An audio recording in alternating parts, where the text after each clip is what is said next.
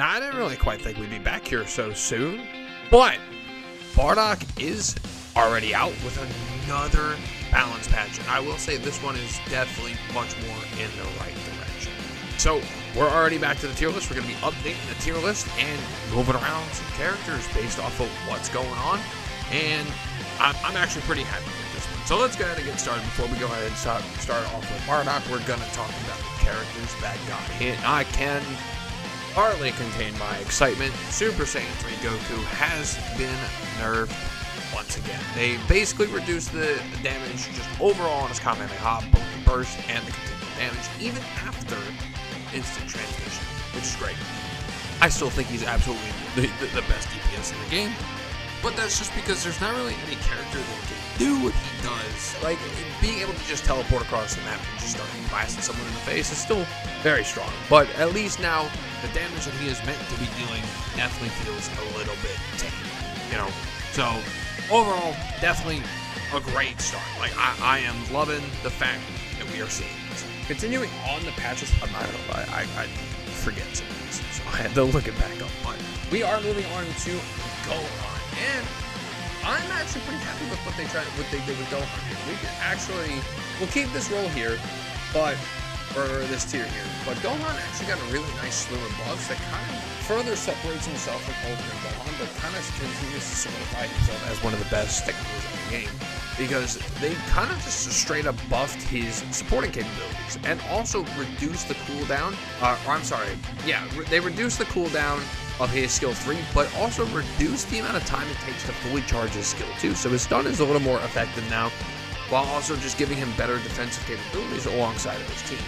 The main problem that he had before was that the defensive utility he applied to the team didn't really stand a comparison to this Gohan here. And I'm not gonna lie, I don't think it still does, but at least it separates him now enough where this defensive utility is so much nicer than that stun that he supplies, that it's definitely worth running Kid Gohan. Gohan is still, both these Gohans are still very good.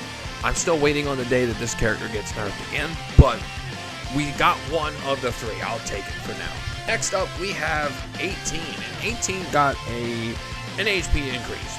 And normally, whenever I see this kind of buff, I don't really think too much of it.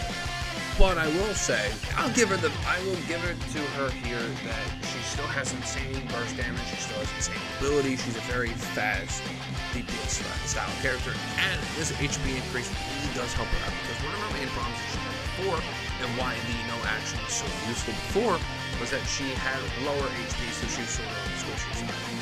But now, with her HP being increased by nearly 1,000 plus, or actually 1,000 plus, she definitely feels a lot better right out the gate in being able to apply the damage that she wants to do. I still think she's completely outclassed by Super Vegito. I think he's got too much going on in his kit that's too similar to 18, but I will say that the HP buff definitely did help her out a ton. Now, this is a character, my opinion on this character definitely started to rise over time. Dude, the Oob buffs are nuts, and it basically just did what they did with Krillin and just made his game plan.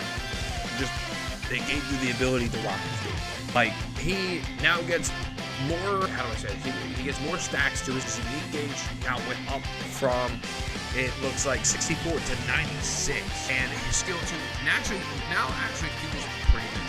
I'm not gonna lie, most of the time when I was doing skill 2, it just didn't really feel too good to play, but now that the buff with the buffs that we got to increase the additional rush effects of those skills, it just feels so much better. Oob actually feels really good right now.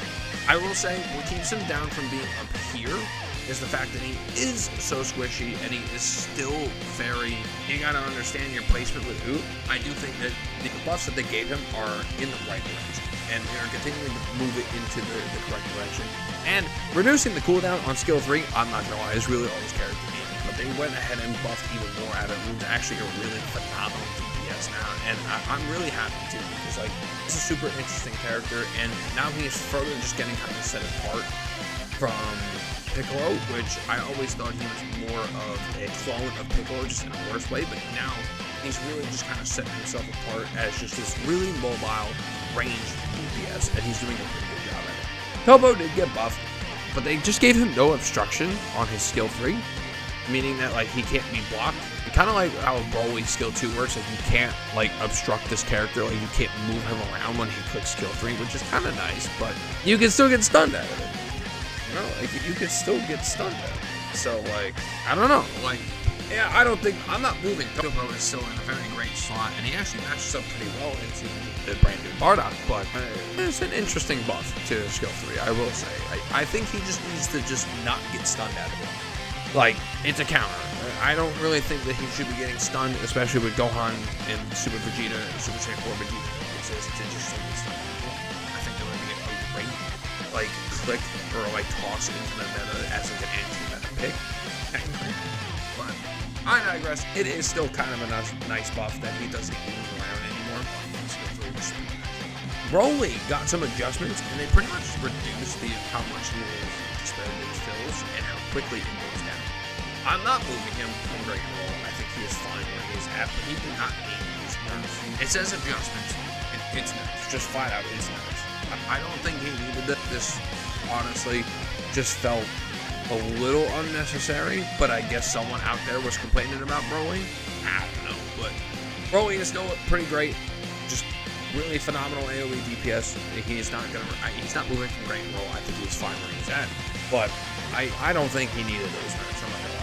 Trunks did get an HP adjustment, not a buff, because basically he has more HP at the start of the fight and less HP at the end of the fight. And I think this is a great buff, or a great start in the right direction. The problem is that Trunks, he got a cooldown decrease on skill 2 and skill 3. It's still not enough. Like, the fact that his skill 2 only gets a cooldown buff when you use your ultimate is just awful. It just feels awful. Like, the fact that Trunks is still a dip in, dip out style character, the fact that his cooldowns are still so long, it still really hurts. I'm not moving him from losing the role, but it is worth to mention what went on with his buffs, and I think it's a good direction. Like, they're tackling Trunks in the correct way, and I think they're a little afraid of making him a little broken as a rat style DPS, but he definitely needs more. He has definitely come a long way from being down here. I won't be upset when I see Trunks mains anymore, but nevertheless, he definitely does still need a little bit of help. The Gammas actually got some more adjustments. It's interesting, because it's a lot of buffs and it's a lot of the strength damage on their skill 1 did get decreased, and I will say I do kind of agree with this because that skill is pretty insane. It does hurt as a Gamma main. I love playing the Gammas. Now his super attack, this is really where things get interesting. So they took away the stun, but they gave him an immune all, and the range of his rush attack, increased. This is interesting. I haven't had enough testing, nor have I seen enough Gamma players just yet to really know if it's moves to up or down. But they are kind of staying where they're at. Like, they just got a nice change, you know. It does suck that their strike damage on skill 1 got decreased. I do understand it though. But overall, this is a pretty nice adjustment for Gamma, so I'm going to test around a little bit more with them. I mean, it'll like the upcoming weeks, we'll bring this tier list, and we'll kind of adjust them a little later on.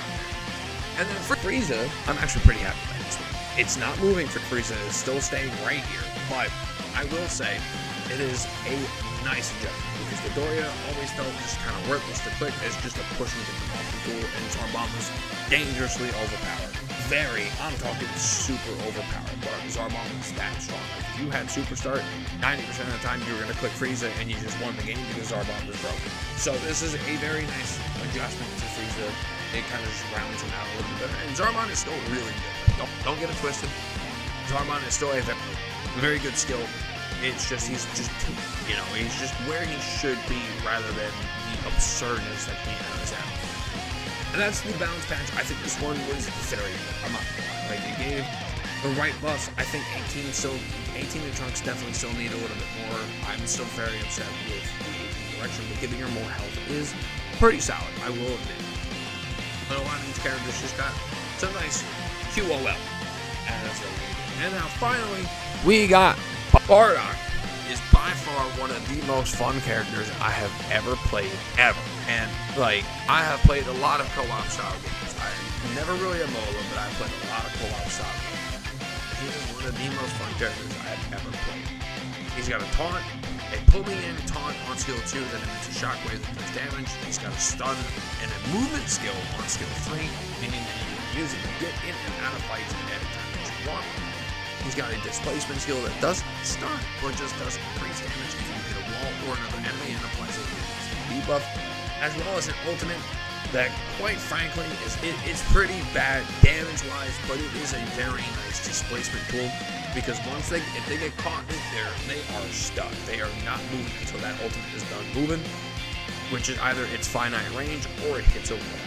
And Bardock also has the revenge gauge, which, as this increases once it gets full, all of it makes normal attacks turn into AoE and he gets a unique speed. With all of that, 1,000,000%. I am not gonna lie, like, he is 1,000,000% one of the best characters in the game. Hands down, because that skill 2 is broken, and a 10-second cooldown that means broken. Like, the fact that you have an area of effect pull in multi-hitting taunt that does shockwave and refills his revenge gauge. I don't think he's Super Saiyan 4 Vegeta levels of character, but he is absurdly strong. Like, he is very strong tank. Does his job, does it well. He takes little to no damage, especially once that revenge gauge gets filled up, and he is all about just keeping the enemy off your team in his ult, in his skill 2, in his skill 1, and has a very cool, I'm gonna get in the fight and start covering my team with skill 3. This character is very strong. I don't think he is broken, but he is still a very fair pick, but I also would not be opposed or upset if he got nerfed, because that skill 2 is pretty nuts. I don't think it's on the levels of Super Saiyan 4 Vegeta. I still think that character is definitely in some dire need of nerfs, because outright stunning is just so much more detrimental than the 1 second rage that he applies, because of what it leads into and the displacement that it leads into. Overall, I think Bardock is 1,000,000% like one of the strongest characters in the game. Whether or not he's stronger than Cooler, still kind of up in the air. Cooler is still very strong, but Bardock finds himself a foothold as to one of the best picks in the game. Hands down, I think this character is insanely strong, and I would not be surprised if we see some nerfs for him moving forward. But that'll pretty much do it on this one. Let me know what you guys think of Bardock and all the balance patch, the brand new balance patch. I'm actually genuinely surprised that we got the one so soon, but it was very welcome. Like, a lot of the changes that we got were for the right direction, and I'm hoping that in the next one we still see a nerf for Vegeta and Gohan. And don't get what you see in any of your matches twisted. While, yeah, we're going to be seeing a lot more Bardock than we are going to be seeing Super Saiyan 4 Vegeta. He's still by far much better than Bardock, but Bardock is still up there as one of the best tanks in the game. So we will see going forward on what they do and what they decide to do with these characters. And yeah, that'll do it for me. Thank you guys so much, and let me know what you guys think down below. I'll talk to y'all later.